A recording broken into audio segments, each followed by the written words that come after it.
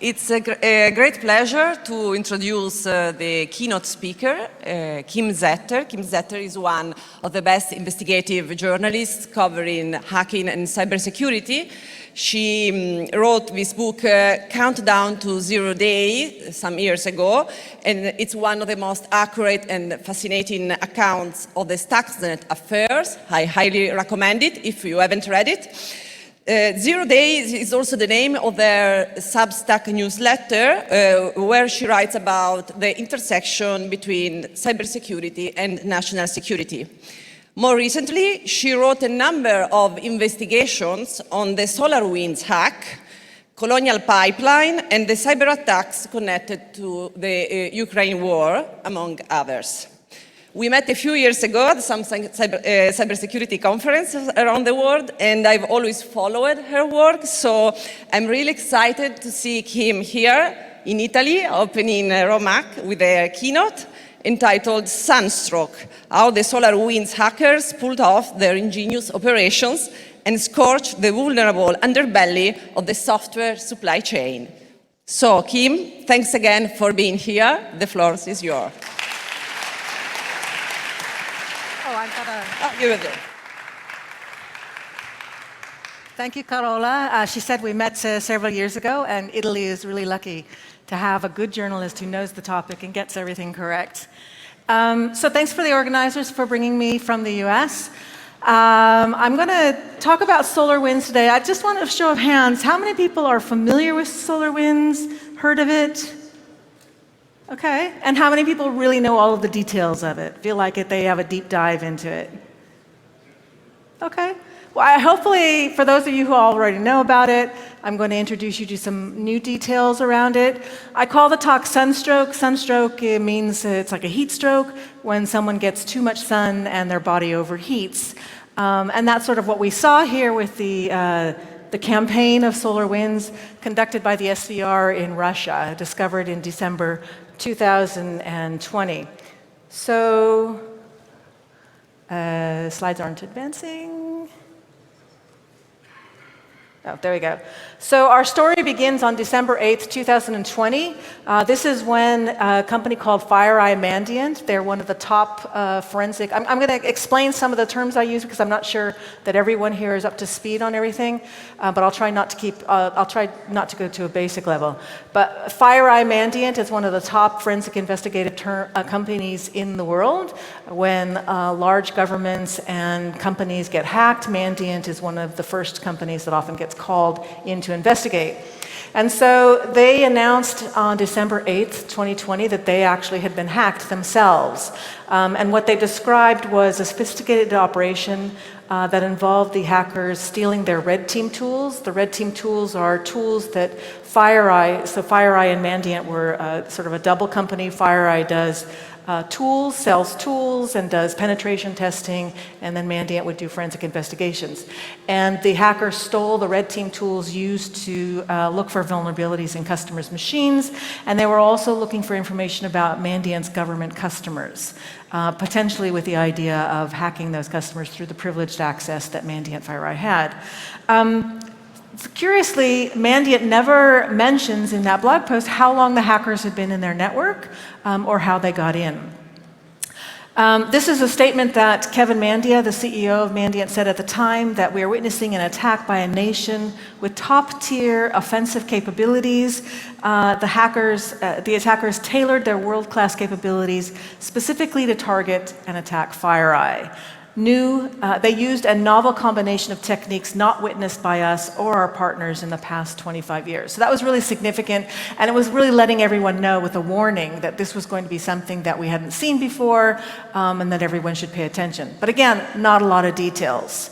And so they would come back with an announcement 5 days later. There was very little information provided in the meantime, where they announced that the hack had actually come in through a company called SolarWinds. The hackers had penetrated SolarWinds, had embedded a backdoor in SolarWinds software, and that backdoor then got distributed to all of SolarWinds customers.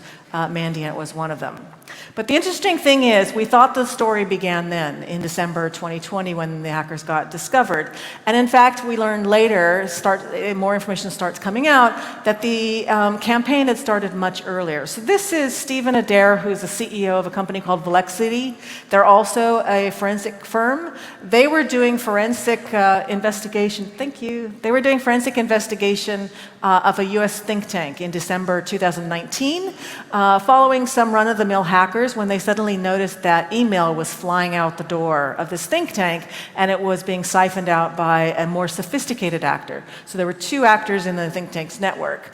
The actors were focusing on policy executives, IT personnel, top people at the think tank.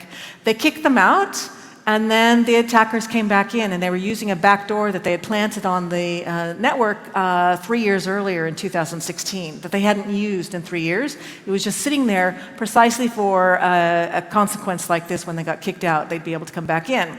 So they kicked them out again, they removed the back door, and then a few months later, the hackers are back in. And they know it's the same hackers because they're going back to the exact same email accounts and starting to siphon the email from the point that they'd left off when they got kicked out. But this time they came in through a vulnerability in a Microsoft Exchange server. The vulnerability had been patched by Microsoft, but the think tank hadn't actually applied the patch. So they come back in, and this time they're doing something interesting. They're going into the cloud, going after the email accounts in the cloud, and they're not using multi-factor authentication. They're actually bypassing it. So the think tank had multi-factor installed, and the attackers are getting into it without using multi-factor. And so this sort of alarmed Velexity. They were trying to figure out what was happening, and then they discovered that they had actually siphoned the key from the registry, and they were using it to generate tokens, authentication tokens, that would allow them to slide into these accounts without providing the multi-factor code. So Velexity kicks them out again, right? So if you're keeping count, this is the third time they're kicking them out. And what happens? A few months later, they're back again. And this time they came in around June, but they didn't do anything. They sat there silently for about 3 weeks or so, 2 weeks, and then they start siphoning the same email again, same accounts from the same email. Velexity traces the activity because they're trying to figure out, how did they get back in? We've erased all of their tools. We don't know what's going on. They trace them back to a server on the think tank's network. It was a SolarWinds server running a software that SolarWinds makes called the Orion platform. They assumed, or they theorized, that there must be a backdoor on the network somewhere. Maybe there's a vulnerability in the software, something that the attackers used, but they can't find anything. They looked for several days, they're not finding a backdoor, so they didn't have enough information to actually contact SolarWinds, and so they never did. They simply disconnected the server from the network and then moved on. And that was the end of it as far as they were concerned. Just to give you an idea of the Orion platform, how significant it is. This is a tool that IT managers use, IT staff use. They use it to configure networks. They use it to monitor all the systems that are connected on the network. They use it to send out patches. It's pretty significant. And if you have that kind of access on the network, on the Orion server, that server is communicating with a lot of other servers on the network. So you can see that it gives them an attacker a really good landing place from which to reach out and monitor everything else on the network. So around the same time, this we learned only actually a few months ago, so we're still learning new details about the SolarWinds hack. This is a story that I published in May. It turns out that right around the time that Velexity was investigating that incident at the think tank, the US Justice Department was experiencing a similar breach. No one knew about it. They kept this secret. What happened was that they had a SolarWinds server running the Orion platform, and it started communicating with a server that appeared to be a rogue server. It wasn't a SolarWinds server. And so they brought in Microsoft, they brought in Mandiant to help them investigate, and then they contacted SolarWinds because they believed that possibly there was maybe a vulnerability in the Orion software that the attackers had used to exploit to get on the Justice Department network, or maybe there was a vulnerability in the server itself. Anyways, that's what they were theorizing. They spent several weeks back and forth with SolarWinds trying to find such a vulnerability. They never found anything. So again, same thing like happened with Velexity. They shut the investigation down, or at least they didn't come to any conclusion, and they moved on. And we didn't know about that. So the first hint that we have that things start to sort of unravel for the attackers then occurs in November 2020, November 10th. This is Henna Parviz. She's a threat intelligence researcher at Mandiant. And she just was looking at security alerts that came in, and a random common alert came in notifying the IT team that an employee had enrolled a new device for their multi-factor authentication. So you all know multi-factor authentication. You sign into the VPN. This was for their virtual private network. You sign in using a username and password, and the authentication system sends a third code to your phone to sign in.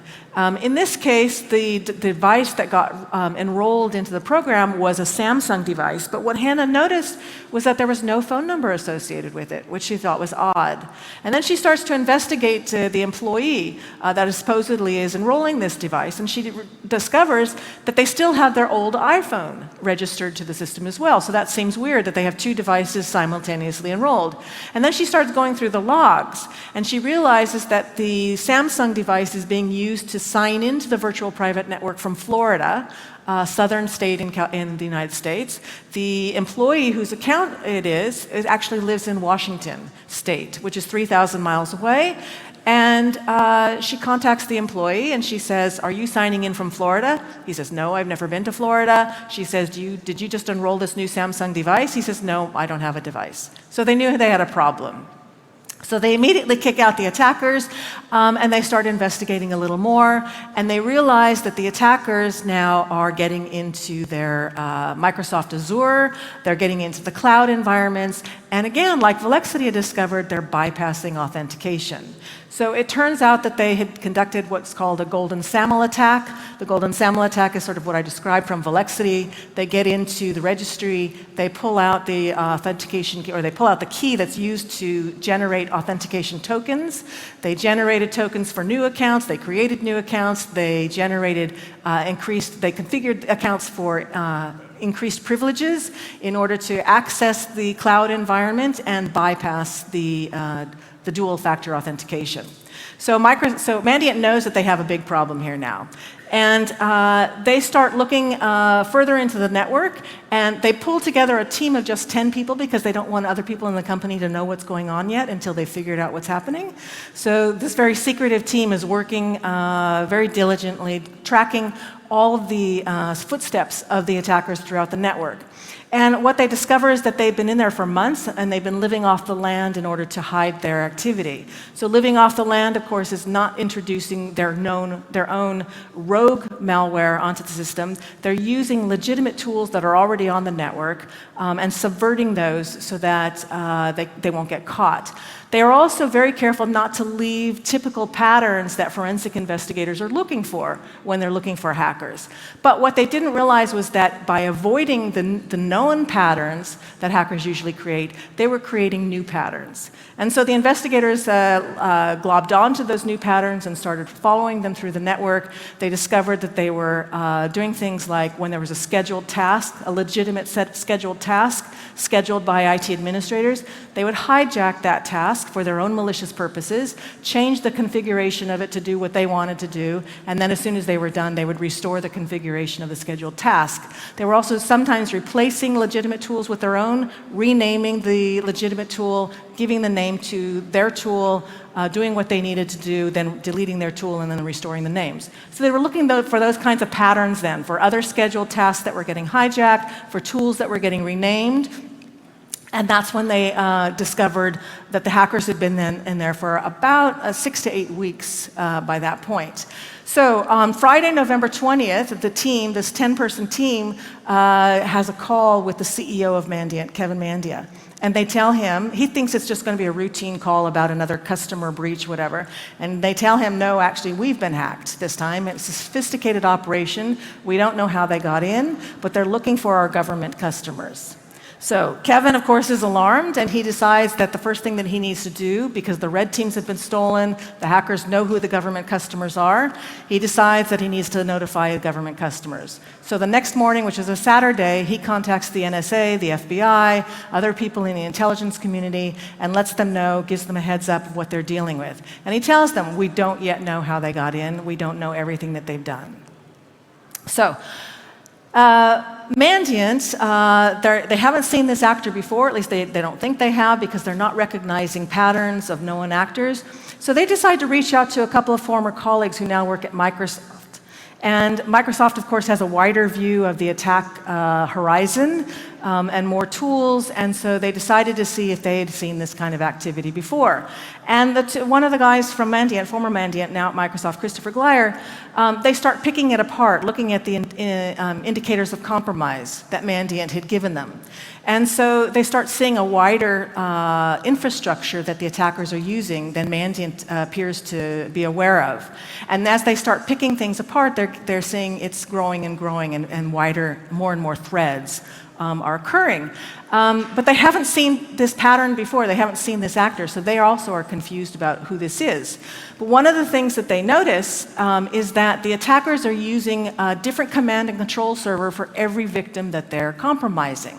And they're naming that command and control server using partially a common name that the victim would have on their network. So they're basically naming a server to make it look like it is the victim's own server, so that when rogue communication goes out to that server, the victim isn't going to notice it so much. But of course, when they see all of the servers that are being used as command servers and they have the names of the victims, now Microsoft can actually start enumerating who those victims are, and it turns out one of the victims is Mandiant, who hadn't told Microsoft that they were actually compromised by this actor that they're asking Microsoft to look for. So, in the meantime, Mandiant has now been trying to find out how they got hacked, and they're going through logs for weeks and weeks, and finally they find something that looks like malicious traffic that's going from their Orion server. Again, we're back to this Orion server. And it's going to a server that is not a SolarWinds server. So what they decide to do is they're going to reverse engineer this Orion platform. But that Orion platform is 50,000 lines of code, 18,000 files, 14 gigabytes of data and code altogether. So this is not an easy task to do. They're reversing it for several days, but they actually notice something very quickly. Like within the first few hours, they notice the DLL, that the rogue traffic going to the server is actually coming from a DLL, a dynamic link library file that's related to the Orion platform. And now they have to reverse engineer this DLL to figure out what it's doing, but they think that the backdoor is in there. So they start reversing it. This DLL has about 4,000 different functions, but one of those functions is that it communicates with SolarWinds to provide SolarWinds with usage information about the customer. You can opt in or opt out for this. It doesn't have to be there, but in this case, that's one of the functions that this DLL does. It will send in customer information to SolarWinds. But the problem here, of course, it's not sending it to SolarWinds, it's sending it to a completely different server. So they go through the code, and that's when they find the backdoor, which they named Sunburst, a play off of the SolarWinds name. And then they actually had another mystery, because now that they've got the backdoor, they were trying to figure out how the hell did it get onto their server. So there were two possibilities here, because that DLL was signed with a legitimate SolarWinds certificate. It was signed on March 24th, 2020, so about 7 months earlier, and they were looking at the certificate, and it's actually a legitimate one that SolarWinds owns. So there are two possibilities. Either the hackers created a rogue DLL and stole the SolarWinds certificate and then used that to sign their DLL and then deposit it on the Mandiant network, which would be a very targeted attack, distinct and unique to Mandiant. Or they posited there's a possible other theory. What if they hacked SolarWinds itself, deposited the rogue DLL in the software before it gets compiled, then it gets compiled and signed in the SolarWinds network by the SolarWinds certificate? They rejected that. They thought there's absolutely no way that that would happen. That's way too far-fetched. But then it turns out that one of the Mandiant employees decided to go to the SolarWinds website, downloaded one of the recent updates for the software, and the backdoor was in it. So this will give you an idea. They start looking at the SolarWinds website, and they're looking at all of the customers that SolarWinds has. Let me just increase that a bit for you. They have 33,000 customers that are using the Orion software. They would later determine that 16,000 of those had downloaded the tainted software. But here are some of the customers. You can see they're giants in the high-tech industry, federal agencies, state-level agencies, government agencies, and a lot of people that were critical infrastructure companies, others like that. So they start investigating sort of the steps that the infection occurs once that sunburst backdoor is on a system. So it gets downloaded by a customer in the tainted software update. The sunburst gets on the system, but it doesn't immediately start doing anything. So it sits there for 12 to 14 days silently, and that's designed specifically to avoid detection, because if you start seeing malicious activity on your network and it happens immediately after you've downloaded something, there's a good chance you're going to make a connection between that download and the rogue activity. But here they're waiting 2 weeks, so you don't actually see that connection between the recent download. So it starts to beacon out then to a command and control server, just an initial phase 1 command and control center. And it's sending information to the hackers about the system that's infected. So like, okay, this is Mandiant, this is the system that it's on, this is the date and time. And then the attackers can go through that data and determine which are the valuable systems that they actually want to target now. So they didn't further hack all of the systems. So based on that information then, if it was a valuable system, they would then drop a second backdoor onto the system because they didn't want to continue using that sunburst backdoor. Because if that sunburst backdoor starts to generate activity that's suspicious, and someone notices the backdoor, they're going to trace it back to SolarWinds, and then they're going to realize that the supply chain has been compromised. But if they're using only the teardrop that they've now directly targeted, installed on the customer system, if someone discovers the teardrop system, that's where the investigation ends. They just think that someone installed a backdoor straight, and they won't see all of the back-end activity that happened at SolarWinds.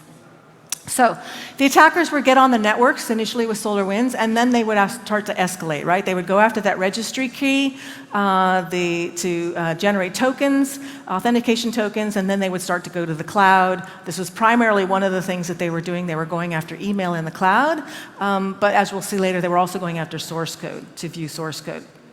So supply chain attacks aren't new. We've seen them before. We saw that with CC Cleaner in 2017, where 2 million customers of CC Cleaner got infected through a software update. We saw that with NotPetya in Ukraine, where accounting software got embedded with the backdoor from, got embedded with malware from Russia, and then it spread around the world. And then we saw it also with ASUS in 2018, where a software upgrade was backdoored and went out to thousands of customers that way. But this one was unique, and you'll see some of the details as we get into them. So what happens is that Mandiant now decides that they need to let SolarWinds know what's happening, that their software has been backdoored.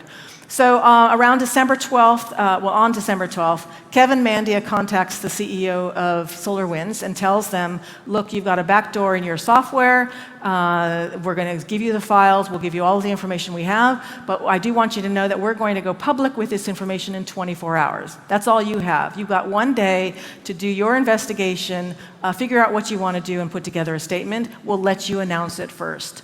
And so that's what happens. So SolarWinds starts to investigate immediately. Obviously, 24 hours is not enough time, but it allows them to initially figure out how many customers might have been affected. And they realized that there were 3 different versions of the Orion update software that got backdoored. One in March 26th, one in June 4th, and one on June 24th. And that's when they determined that about 16,000 customers downloaded that backdoor.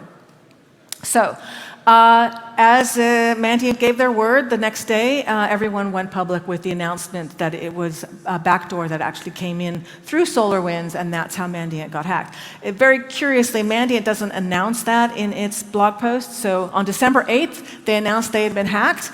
December 13th, they announced that SolarWinds has been hacked, but they never marry those two pieces of information in their blog post. So someone just reading that blog post will never know that Mandiant actually got compromised through SolarWinds. I mean, obviously we know that, but that's not what they were talking. They didn't want to reveal that, or they didn't reveal that. So a Sunburst goes out to 16,000 customers. As I said, the attackers can look at the information getting beaconed in from the back door and decide who they want to further target.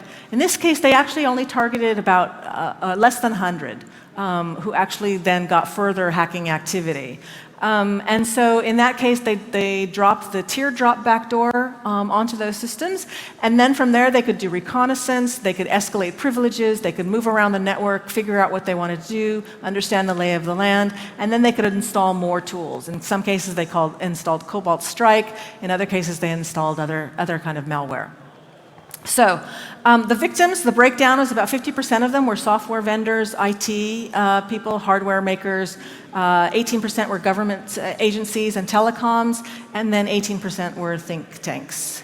So this is the 9 federal agencies in the US government got hit. This is just sort of there are 7 of them there, or 6 of them there. Commerce Department, Defense Department, Treasury, DHS, Department of Energy, and, oops, that slide got a little mixed up, Justice Department.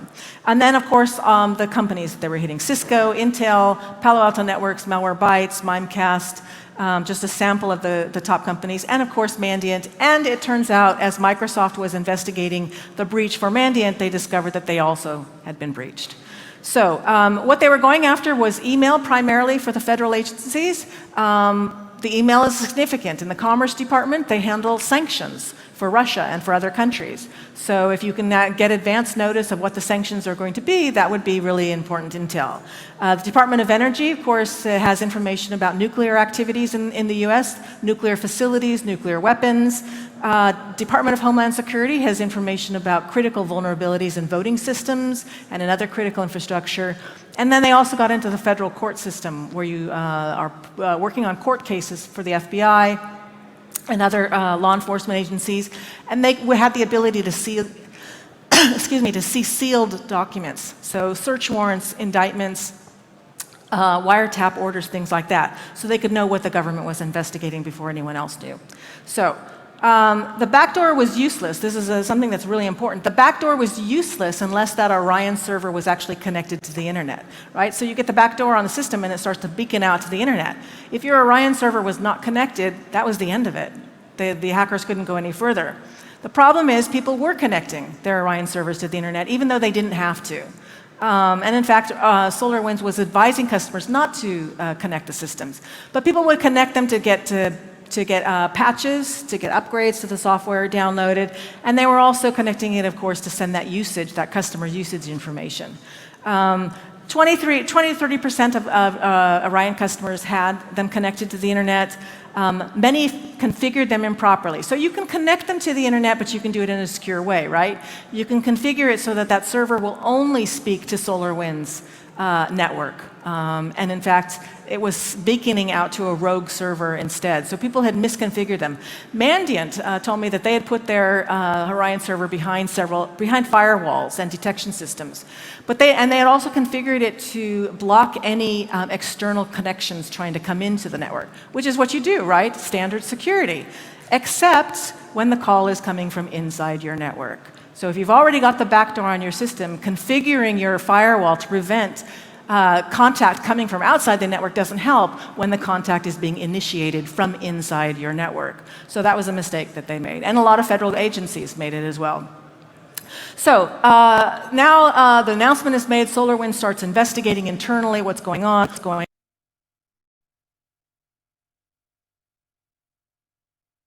Hackers want to know when SolarWinds covers them, right? They're monitoring CEOs, the executives, they're monitoring legal team emails, but the security team, because if anyone discovers, suspicious activity happening in that network,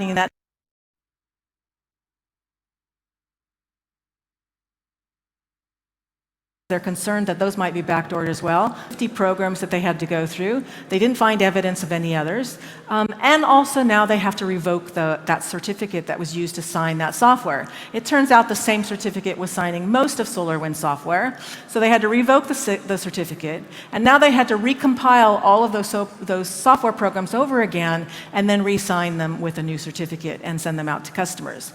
And at that point, now that the announcement has been made, of course, customers have questions. So about 19,000 calls are coming in from US government, from foreign governments, from critical infrastructure around the world.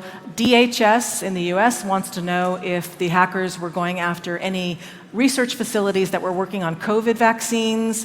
There were calls from the nuclear industry wanting to know if they'd hit any nuclear agencies. And then foreign governments were calling and saying, we want to know all of the victims inside our country that got hit.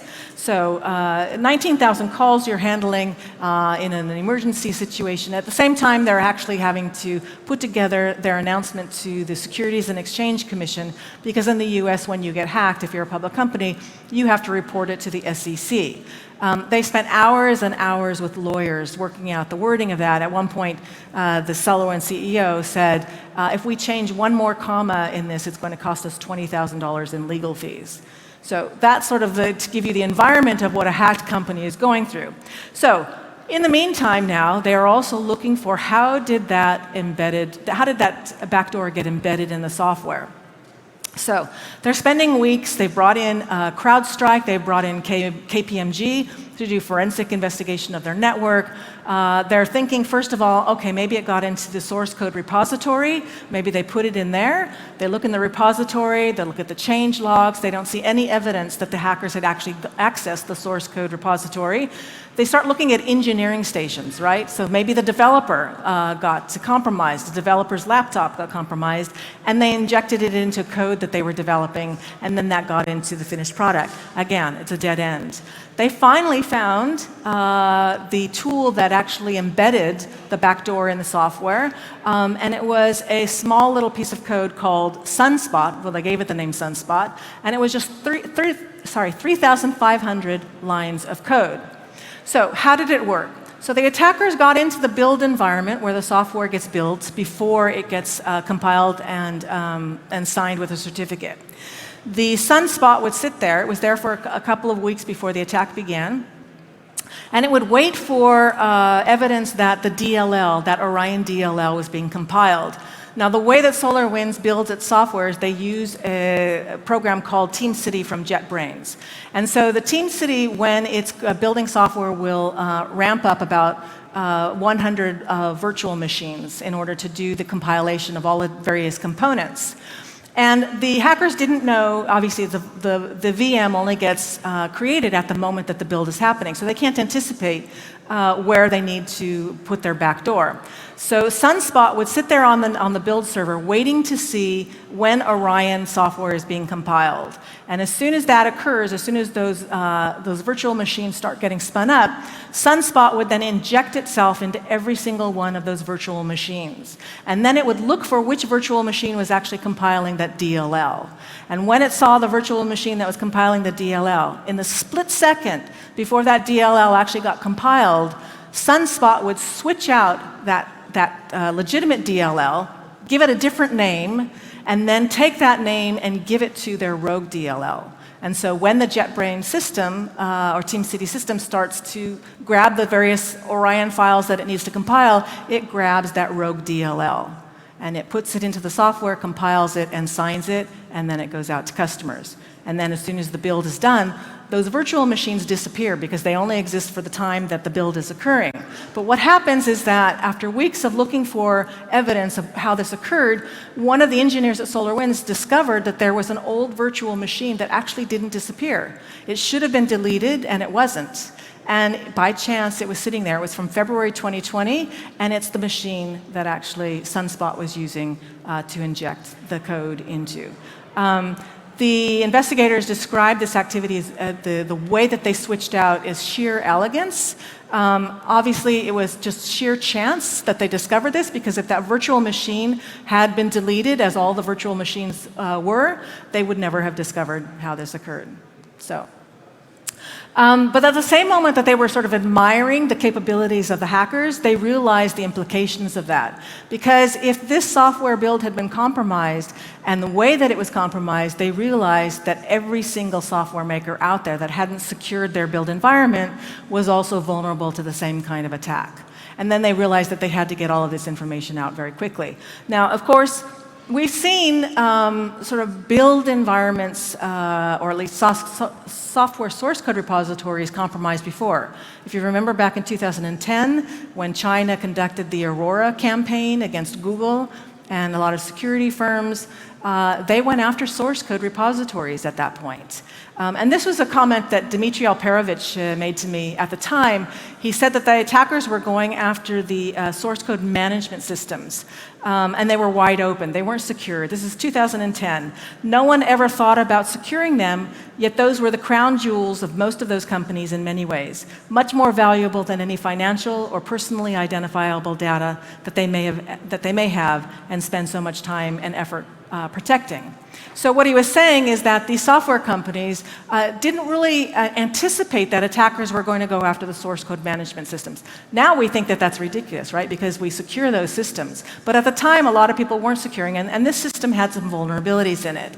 And so the same system was being used by a lot of the victims of the Aurora campaign. So they were going into the source code repositories, and potentially they had the potential ability to change. We don't know if they ever actually did. So here's the thing. So everyone now since 2010 is starting to secure their source code repositories, right? They've got change logs. They know when anyone is entering those repositories. They know when someone has altered something in the repository. But they're not securing the build environments. So here we've got a case of people not anticipating when you close one door for attackers, what's the other door that they're going to use. So here's a comment that someone gave to me when we were looking at the software build environment in SolarWinds. They said software makers had all these safety mechanisms for detecting changes to source code in the source code repository, but none protecting the build environment because no one had ever injected malware into the software build process before. So again, there's a lack of imagination in the security community to imagine what's the next step that the attackers are going to take, because it seems obvious now that the build environment would have been the next targets. This is a timeline of the activity. So SolarWinds and their investigators, they spent months tracking the attackers' activity. We talked about the fact that the Mandiant discovered that they were breached on November 10th. They announced it on December 10th. But when they start to investigate it, it turns out the attackers were in the SolarWinds network all the way back in January 2019. So their activity, they could track it. They came in through a VPN using a user's account. They don't have logs that go back farther from this, so this is as far back as they know of the activity. They may have been there earlier. They don't know actually how they came in the first time, except they already had credentials for that VPN. So how did they get credentials? We don't have any evidence of that at this point. So what do? They come in and they start going through downloading source code repositories. They downloaded more than a dozen source code repositories for all of the different SolarWinds programs, and they start looking at the build environment. They're doing reconnaissance to figure out how the build environment works. They know that they're using TeamCities, JetBrains TeamCities. They know how it unfolds. They know the developers' usernames and passwords. They have logs of when they use the system, when they access the build system. And so they're doing all of this reconnaissance, and then they leave. So they're only in there for about a month, maybe 6 weeks. They gather the information they have, and then they go out and they do their research, right? So now they're devising the attack over the next months. And then what we see that happens in October, they come back into the network and they do a test. They actually embed, it's a sort of let's say a blank backdoor into the Orion software in October, just to see if they can get it done without being detected. It goes out to customers in a software update then, and so the test is, the proof of concept works, and they're not detected. So then they sit, because SolarWinds has a schedule for when they do updates, and they know that the next update is going to be coming in March. So they don't do anything else except monitoring the email at that point. And then in February, that's when they come back into the network, they deposit Sunspot onto the build environment, and then everything takes care of itself. Now, one of the things that I don't have here on these slides is that they actually removed Sunspot in June of 2020. So let me go back to that timeline. So Sunspot was sitting there in the build environment all of that time, right? So from February 2020 until, we got the 3 updates, March 24th, June 4th, June 24th. And then suddenly, Sunspot gets deleted from the network. And also, the attackers start erasing their tracks. They start erasing logs, they start erasing their activity. And I never understood why that occurred. Something had to happen that triggered them to do that. And then, as I was starting to do the investigation, that's when I discovered that the Justice Department had contacted SolarWinds in May of 2020, reporting that they were seeing suspicious activity out of the SolarWinds network. And because the attackers were monitoring 71 email accounts of SolarWinds, they were seeing that communication. They realized that someone was onto them, potentially, and that's when they panicked and they start removing Sunspot and they start deleting their tracks. Potentially, they could have been there for a lot longer and infected more updates.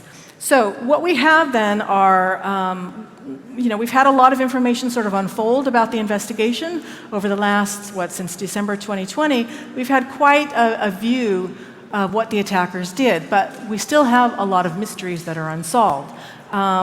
We don't know when the campaign began. We only have evidence that they were first in the network, or that they were in the network, SolarWinds going back to January 2019. But we don't know if there was a wider campaign around this, if there were other companies that were infected as part of a broad supply chain hack.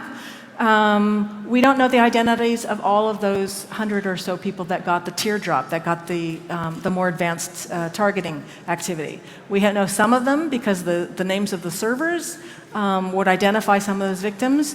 A lot of the victims have never come forward and acknowledged that they were hit by SolarWinds, by the SolarWinds campaign. We don't know what they did on infected machines. So I talked about the email from the government to the systems that they were started to take. Turns out that those government agencies were not logging. They were not doing sufficient logging. So we don't actually know what all the attackers took. The agencies don't know what all the attackers took. We don't know what they did with the private companies, the public companies that they were attacking. Microsoft has acknowledged that the attackers accessed their source code, but they said the attackers never changed anything in the source code. But Microsoft has been silent about what else they did in the network. And we don't know from other companies. Some of those companies that I listed there are security companies. Palo Alto Networks, VMware is a widely used company. We don't know if the attackers deposited backdoors in any other software or any other software makers. None of those companies have really disclosed. And we don't know if actually they know, right? So if you're not doing logging, you may not know exactly what they were doing. We also don't know if they're still in the networks. There was a concerted effort by government and by the public over the following months after SolarWinds was discovered to clean them from the network. But once they're on the network and they have persistence in there and they're embedded, you may not be able to find them. So it was a real concern, actually, when Russia attacked Ukraine, when they invaded Ukraine on February 24th, 2022. The US government was actually concerned that the SVR hackers were still in systems that they had infected back in 2020. And they weren't really sure that they'd cleaned them out of the government networks. And the other thing is as I mentioned, is we don't know if there were other supply chains that have been infected in this campaign. So since SolarWinds, since this occurred, SolarWinds has re-architected its build environment. They now have a more secure process. They don't allow single engineers to initiate a build. You have to have multiple people initiate a build. So if one developer's account is compromised, they can't initiate a build on their own. And they've also had this build process. So now they're actually checking the build post-build to make sure that there's nothing in it. So the software gets compiled, and then they decompile the program to see that, to make sure that nothing else has been embedded in it that shouldn't be there, and then they send it out to customers. So we're seeing some changes then, but again, the SolarWinds campaign, it's a mystery. We don't really know all of the details, and that's where it is. So thank you for your time.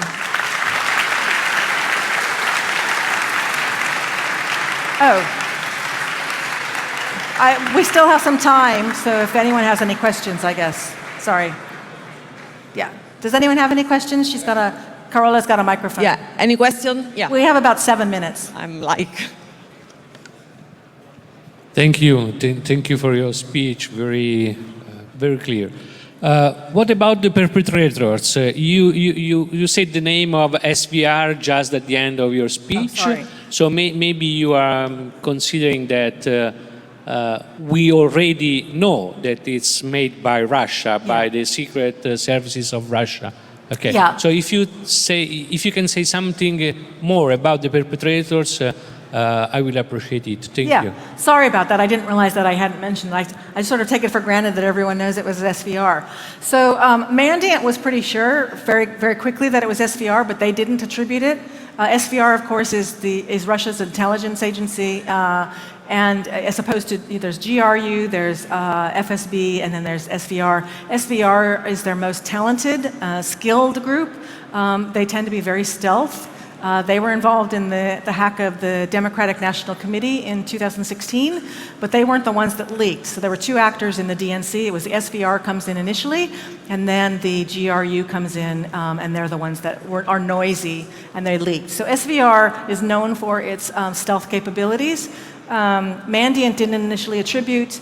The federal government, the US government, took about, I think it was a year before they did a formal attribution, and then it was like another 6 months after that Mandiant decided that they were actually able to trace the activity to previous SVR breaches, and then they identified the SVR as them. So thank you. Are there other questions? Everyone. Questions? Raise your hands. No? Okay. Okay, thank you. I'm around if anyone wants to talk with me. I'll be here all day.